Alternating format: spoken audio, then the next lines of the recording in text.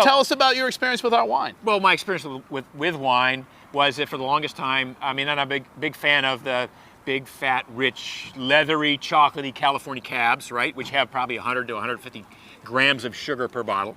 And for the longest time, you know, I would have 2 glasses a night. It was kind of my cutoff level. I never drank too much. My kids have never seen me drunk. My wife of 28 years never seen me inebriated.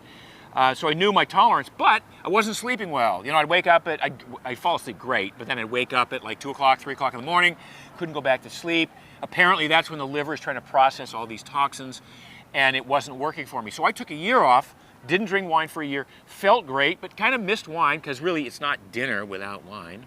Absolutely, so not anyway, a meal without wine. So then I'm at this conference. This is our 2-year anniversary. 3-year anniversary. So I'm at this conference 3 years ago, and this guy goes, "Hey, sis, and get over here. I got to tell you something." I go, "No." He said, "No, I want to talk about wine." I said, "Well, I don't do wine." And then the next thing you know, he's badgering me the whole weekend about, "Well, you got to hear the story."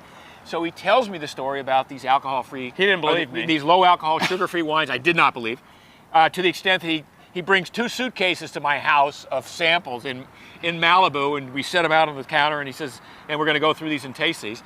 And that's when I became a believer. So I had a couple of glasses of wine that night, felt great the next day, and so I've been drinking these dry farm wines ever since. I count on these guys to curate wines from all over the world, to test them for their sugar content, low sugar content, their alcohol content, their glycerol content, their additive content, their sulfite content, all these things, to be sure that I'm getting what I would call a clean wine. And that's changed, again, how I look at my dining experience, because I'm back to drinking a little bit of wine with dinner almost all nights.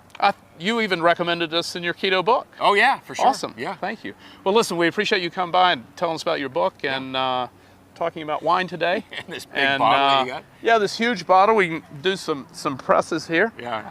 Be careful. 3 liter. Yeah. So anyway, it's great to see you, and yeah, you as thanks well, for your Todd. support. You bet.